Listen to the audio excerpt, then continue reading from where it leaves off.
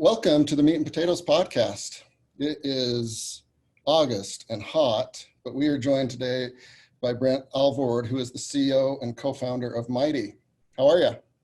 Hey man, it's great to meet you. Great to chat. Thanks for having me. The home office.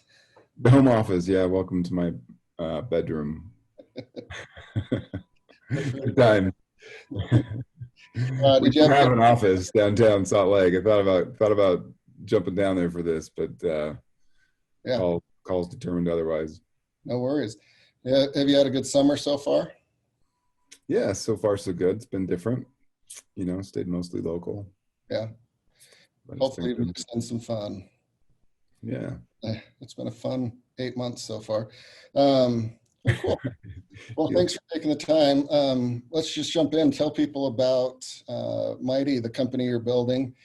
Where did the idea come from, and what are some of the cool things that you guys have done up to this point?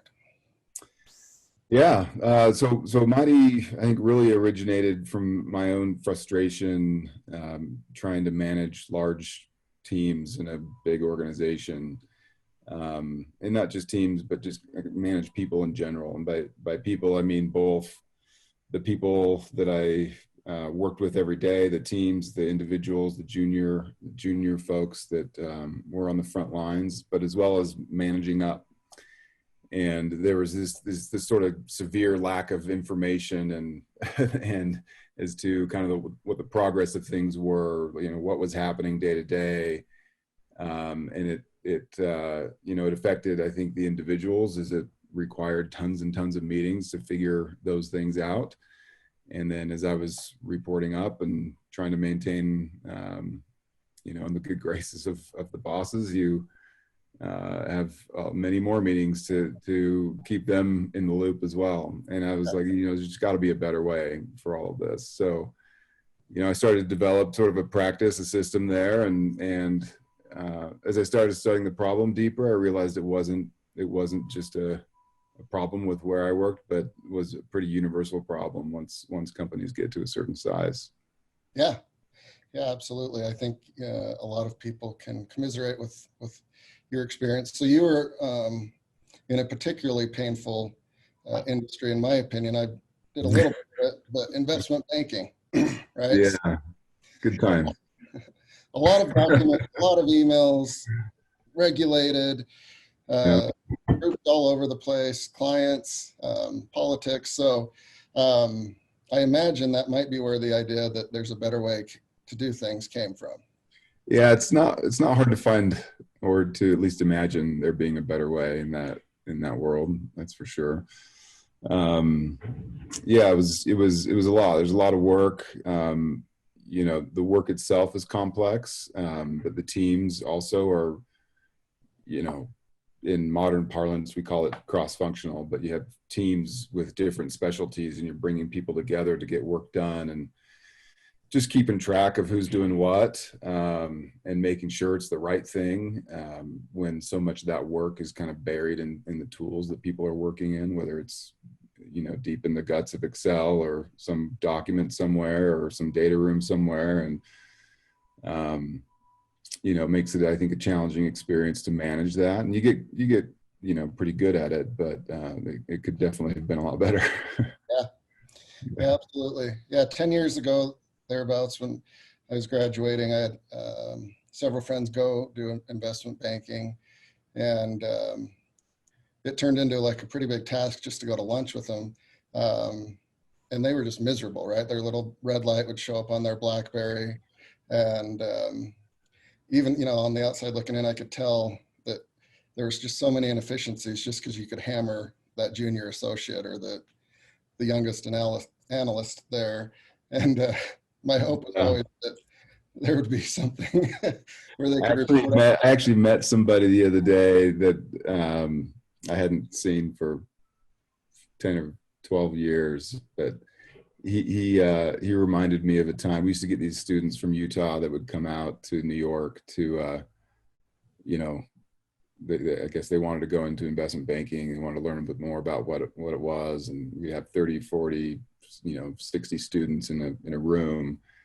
And he told me, he's like, I'll never forget when I saw you up there for the first time speaking to these students, and you just looked hammered, like you looked like a ghost, and you felt like, it seemed like you could barely talk, and he kind of tried to reference the time, and I was like, oh yeah, I remember. And I remembered exactly what I was working on. I was like, I don't know, I tried to be enthusiastic, but it's hard work, that's for sure. Well, cool. So you obviously found a ton of problems, and the opportunity presented itself for you to be an entrepreneur and build this product and team. So how does your previous experience enable you to build your company and your products, and how involved are you in the product implementation? Yeah, I think you know, the product is a reflection, usually at this stage, a reflection of its founders, and the way I think about managing people and teams, and the way I think about keeping leaders in the loop and maintaining alignment is all, I think, kind of reflected in the product at this early stage. Hyperfluid, really informed, ideally very, easy to use. And so, I'm definitely involved in that product. I spent some years before we really got started in product just researching, and understanding organizational design more deeply, the psychology behind how people are motivated at work. What is human, we don't really use this term internally, but like, what is human capital, and like, how does it flow through an organization and create value, and how do people get recognized for that? Once we kind of gotten a pretty good grip on that and started actually building product, it became an entirely different process, right? One that I wasn't particularly used to, honestly. And I had some good early partners, friends, and co-founders that really helped take us through that, talking to as many customers as possible, and product validation, and just putting screens and designs and flows up in front of customers and getting their feedback, and just iterating as quickly as we can. I definitely learned a lot through that, and I still learn so much every day about product, and Yeah. made plenty of mistakes, but Yeah. Well, it's tough not to. So what was the feeling after doing all that work, all that research of your first paying customer?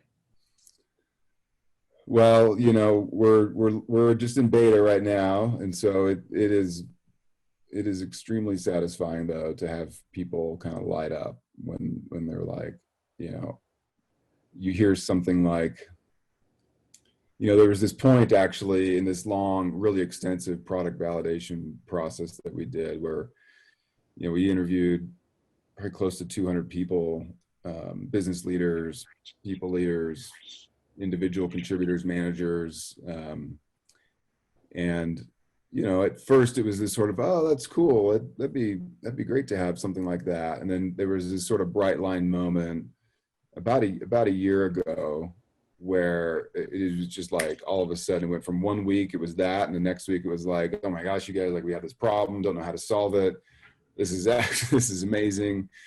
So to get feedback like that, and then finally get a dollar in the door for something you've worked really, really hard on is pretty rewarding. Yeah, I can imagine. Is it also weird, as you're having people use it, doing your research, just asking, I assume it's always at the top of your mind, how differently people view, obviously, the world, but like what things should do as a software product? Yeah, for sure.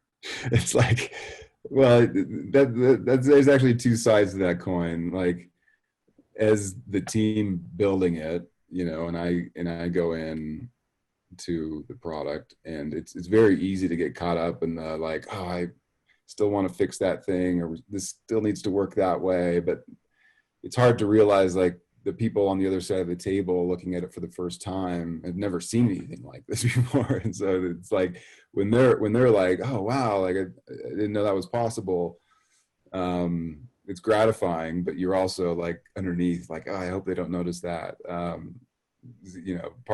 part of being at this stage, although I think at every stage you probably feel that way. But yeah, then jumping in and letting people use it. You know, we had a customer call the other day that's using it, and they use it in entirely different ways than what you were actually expected. Like you're like, well, you're using it, that page for that, which is obviously super instructive, and fun. It's interesting. Yeah, I can imagine it's a little window into people's souls. I've had friends kind of build companies or software products, and they'll demo it or show it to me. And like, well, why in the hell isn't the button here? And they've got 1,000 reasons why. And then somebody else is like, no, the button should be there for this reason. And, that's just a button placement, let alone how everything actually. Yeah, it's interesting. It's such an interesting process. It's like I was talking to a guy the other day, and he was telling me, he's like, do you remember that Terminator movie where the guy, the police officer, is like walking into the jail, and he comes up to the bars, and he turns into like molten metal and walks through the bars? And I was like, yeah.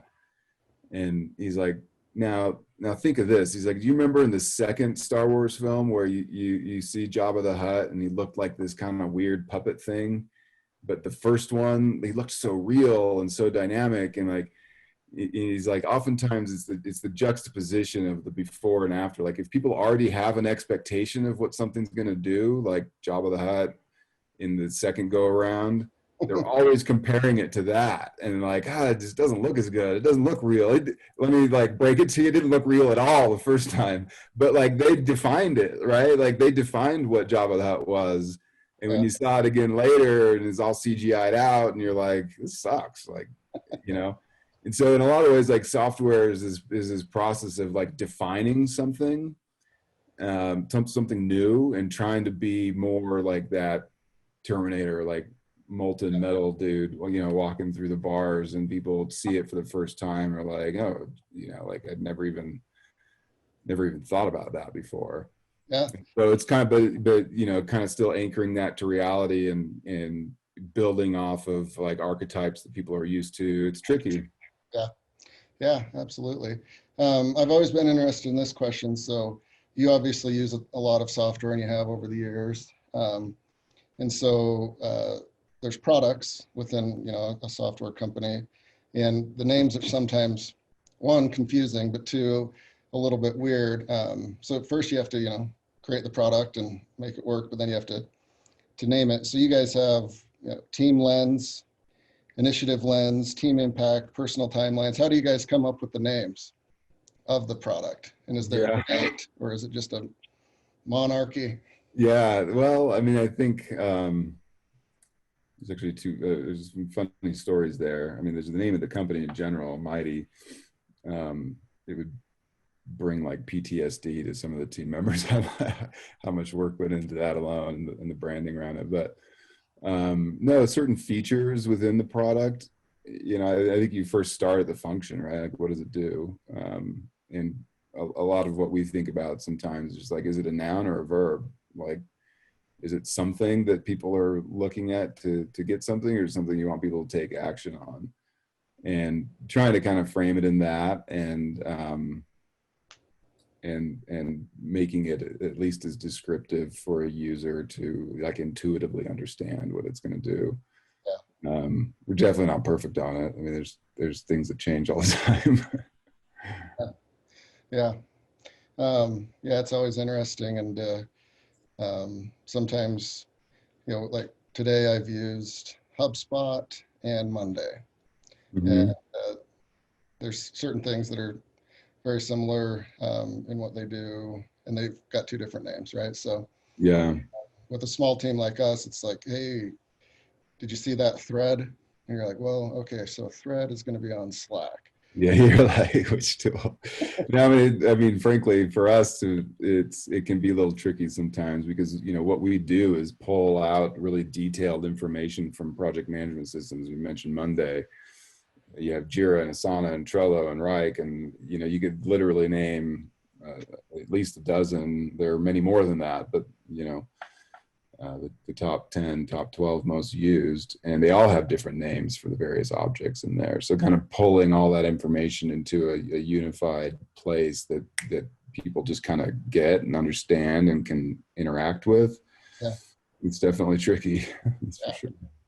So two-sided question here. So who would benefit the most by being a customer of y'all's, and has the last 6-7 months been good or bad from a business perspective for you and your team? Yeah. So the way we think about Mighty, there are really three key stakeholders here. You have the manager, whose job, I mean, managers just have a really hard job inside of an organization. They're sort of this linchpin that sits in the middle of, the executive teams, leadership, and the frontline workers who are just, working really hard to make sure that things get done. And this manager's job is like gathering information to report up and, communicate trust, alignment, judgment, and momentum, but also gather often different types of information to manage people down, which is all around guide the work, but also coach people, help them grow, develop them, help them see how their work matters. And those really are kind of the three key stakeholders. You have the individual contributor, you have the executive and leadership team, and the manager. And the manager is the one who touches all of them. And so we're really focused on enabling them, really honestly, like automating half of the effort they put forward so that they can focus on what matters. And if we do that job well, the executives will much more easily stay informed and have more confidence. And the individual contributor, I think, will really understand how their work matters, understand how they impact the organization, and understand also how they grow in their career. So I think by really impacting that middle layer of an org, you can have tremendous impact on the other two as well. So that's kind of how we think about it. Makes sense.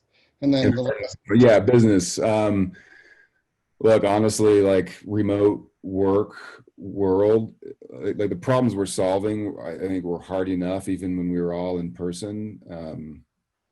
But when you're in person, like a lot does kind of happen through osmosis. Like you kind of just like gather information magically. Not all the information though, clearly, or we wouldn't be building the product we are building. But when the world kind of suddenly flipped to remote, I mean, like a decade of digital transformation planning happened like overnight, right? And all of a sudden people needed to learn, honestly, one of the toughest skills for managers to learn is how to, especially in a remote world, is how to manage asynchronously. We're very used to real-time conversations and the ability to just like tap someone on the shoulder and like have a quick talk.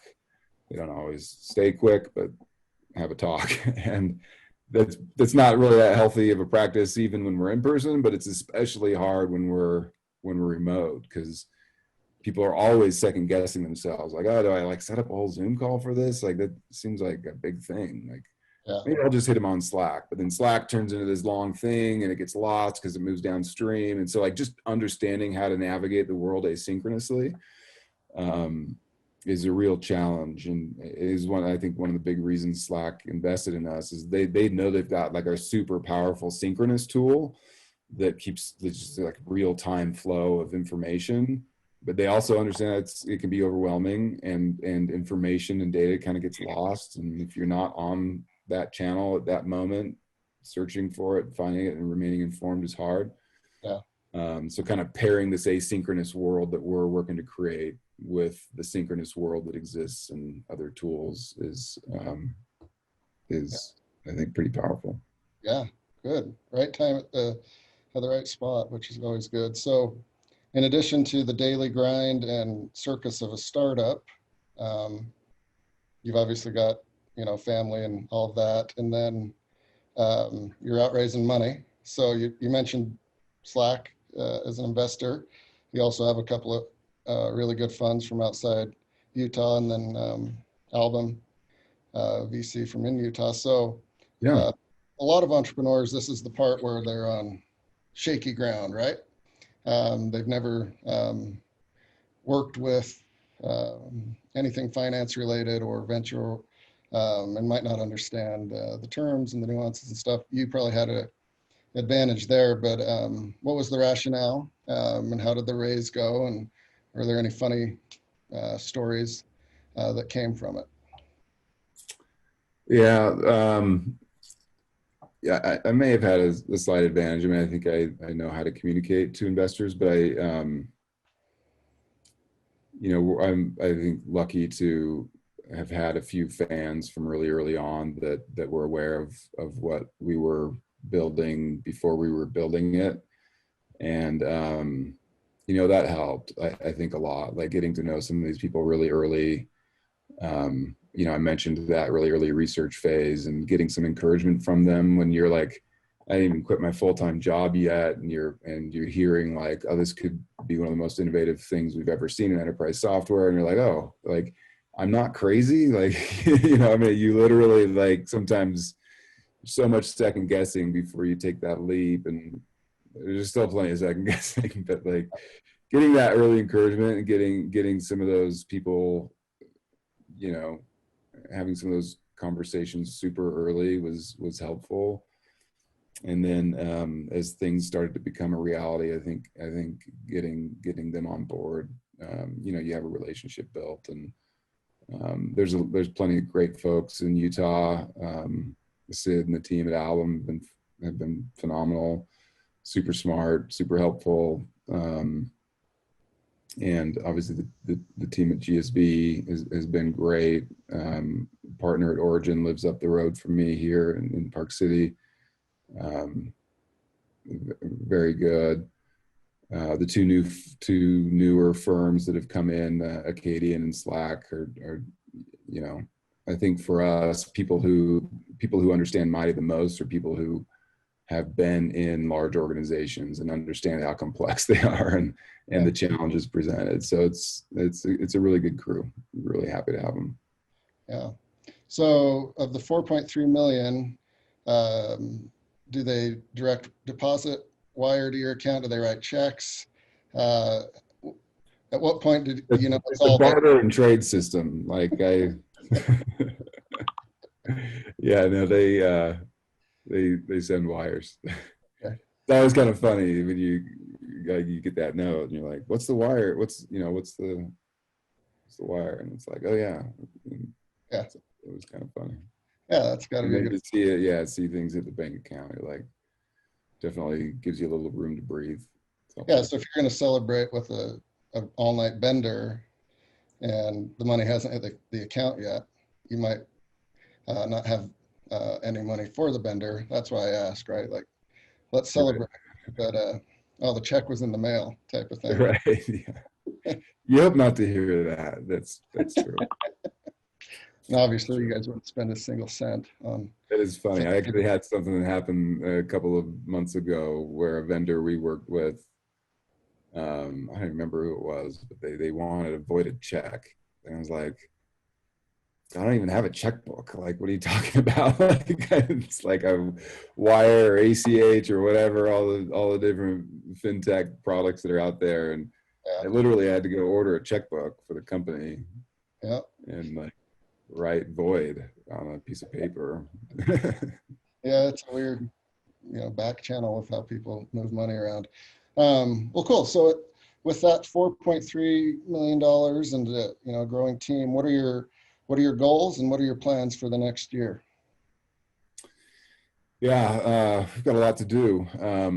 We're working our way through beta right now. A few more companies coming on for that, and I think a big focus of this time for us is turning a lot of the data that we have from these different systems into really working with them to make sure that we design and deliver the most value possible. So we have a lot of detail at this point, and sounds like you use Monday, other people use other systems. There's a lot of detail there, a lot of written detail. And so really translating all that detail and using machine learning and natural language to actually pull out themes and make it really, really easy and consumable and valuable to the user is a primary piece of what the next several months will look like. And then simultaneously, starting to work a lot around messaging and kind of go-to-market activities as we, you kind of have to start now to build that momentum into Q4 and Q1 next year. So Yeah. It all starts now. Well, you got your work cut out for you.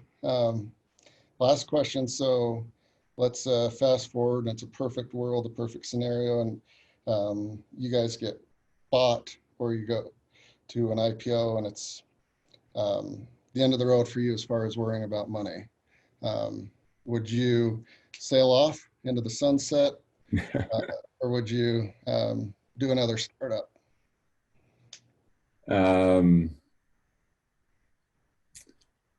I would likely do another startup. I've learned a lot. Do a lot of things differently. And I think I don't want to say it'd be easier, but it's like I was a first-time CEO. I was experienced enough to make some reasonable decisions, but inexperienced enough to look in hindsight and be like, I'd do a lot of things differently. So Yeah, I'd probably do it again. do it again. But I'd probably take a little more time to climb mountains and do some other things that I love to. Yeah. All right. Well, cool. Well, again, appreciate your time, and congrats on your success up to this point. It's not easy to get where you guys have gotten, and sounds like you're squared away on what you guys want to do. So look forward to your continued success, and again, appreciate your time. Yeah. Again, Brent Alvord, CEO and co-founder of Mighty. Yeah, thanks a lot. It was fun chat. We'll do it again. Yeah, thank you.